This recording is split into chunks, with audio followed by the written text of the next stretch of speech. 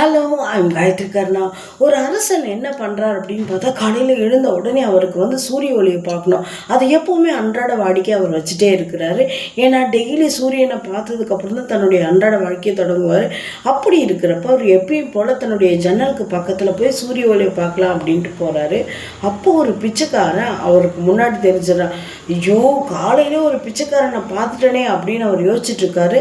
சடனாக என்ன பண்ணுறாரு, ஜன்னலில் முட்டிக்கிட்டு ரத்தமும் வர செய்யுது. கோவத்தோட உச்சிக்கே போயிட்டாரு. ஐயோ, இவனை பார்த்ததுனால தான் எனக்கு ரத்தம் வந்துருச்சு அப்படின்னு சொல்லிட்டு என்ன பண்ணுறாரு, அரசபைக்கு வேகமாக போகிறாரு. போய் அமைச்சர்கள்ட்டெல்லாம் சொல்கிறாரு, இந்த மாதிரி ஒரு பிச்சைக்காரன் ஒருத்தனை நான் காலையிலே பார்த்துட்டேன், அதனால தான் தலையில் இடிச்சுக்கிட்டேன், அவனை கூட்டிகிட்டு வாங்க அப்படின்னு சொல்கிறாரு. அது மட்டும் இல்லாமல் அவனுக்கு மரண தண்டனை கொடுத்துருங்க, அவனால தான் என் தலையில் ரத்தம் வந்துச்சு அப்படின்னு சொல்கிறாரு. ஓகே, இவனுக்கு மரண தண்டனை விதிச்சாச்சு அப்படின்னு அவங்ககிட்ட சொல்கிறப்போ அவன் பயங்கரமாக சிரிக்க ஆரம்பிச்சிடறான். அரசனுக்கு பயங்கர கோபம் வந்துருச்சு.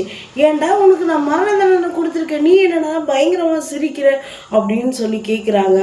அரசனே, நீங்கள் என்னை பார்த்ததுக்கு உங்களுக்கு வெறும் ரத்தம் தான் வந்துச்சு, ஆனால் உங்களை நான் பார்த்ததுக்கு எனக்கு உயிரே போக போகுது. இப்போ சொல்லுங்கள், யார் இதில் தரித்திரம் பிடிச்சவங்க அப்படின்னு கேட்குறாரு. அரசனும் தன்னுடைய தவறை உணர்ந்து அவரை விடுதலை பண்ணுறாரு. இந்த கதை உங்களுக்கு பிடிச்சிருந்தா லைக் பண்ணுங்கள், ஷேர் பண்ணுங்கள், கமெண்ட் பண்ணுங்கள். தேங்க்யூ.